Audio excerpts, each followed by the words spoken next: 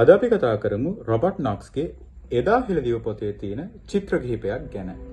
1660 වර්ෂයේ අප්‍රේල් මස උඩරට දෙවැනි රාජසිංහ රජුගේ සිරකරුවෙකු බවට පත් වූ රොබර්ට් නොක්ස් නම් ඉංග්‍රීසි ජාතිකයා විසින් තමා ශ්‍රී ලංකාවේදී ලද අත්දැකීම් එකතු කර මුල්ම වරට ඉංග්‍රීසි භාෂාවෙන් රචනා කළ An Historical Relation of the Island Ceylon කෘතිය පසුකාලීනව ඩේවිඩ් කරුණාරත්නයන් විසින් එදා හෙළදිව ලෙස සිංහල භාෂාවට පරිවර්තනය කරන ලදී.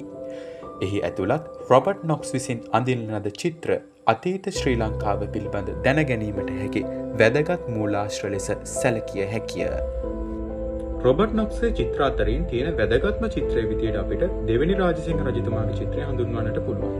මොකද අදටත් අපි දෙවැනි රාජසිංහ රජතුමාව දක්වද්දී ඒ චිත්‍රය තමයි යොදාගන්නේ දෙවැනි රාජසිංහ රජතුමා මේ වගේ කියලා පෙන්වන්නේ. ඉතින් දිගු රැවුලක් සහිතව යුරෝපීය ඇඳුමකට සමාන ඇඳුමකින් සැරසී සිටින විදිහට තමයි දෙවැනි රාජසිංහ රජතුමාව මෙහිදී ඔහු විසින් නිරූපණය කරන්නේ. ඒ වගේම දෙවැනි රාජසිංහ රජතුමා පිළිබඳ ඉතාමත් දීර්ඝ විස්තරයක් රොබර්ට් නොක්ස් තමන්ගේ එදා හෙළදිව කෘතියේ සඳහන් කරලා තියෙනවා.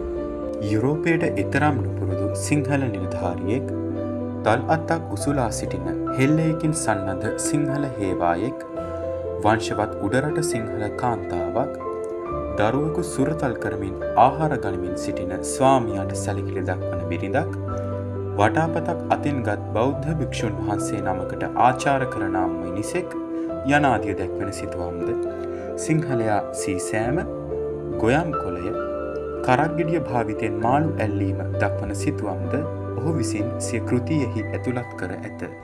උඩරට නීතියට අනුව විවිධ වැරදි සඳහා පනවන ලද දඬුවම් ගණනාවක් පිළිබඳ සවිස්තරාත්මක තොරතුරු රොබර්ට් නොක්ස්ගේ එදා හෙළදිව කෘතියේ දක්නට ලැබෙනවා. ඒ වගේම මේ තොරතුරු වලට අමතරව යුරෝපයේ දක්නට නොලැබෙන ඇතැම් දඬුවම් ක්‍රම පිළිබඳව චිත්‍ර මගින් ඔහු ඉදිරිපත් කර තිබෙනවා. ඉන්දියාවේ සහ ශ්‍රී ලංකාවේ ප්‍රචලිතව පැවති ඇතුන් ලවා පාගවා මැරවීම, උල හිඳුවීම, ගත්නය නැවත ගෙවනතුරු හිසෙහි බර පැටවීම යනාදී දඬුවම් ක්‍රම මෙලෙස ඔහු විසින් සිතුවම් කර ඇත.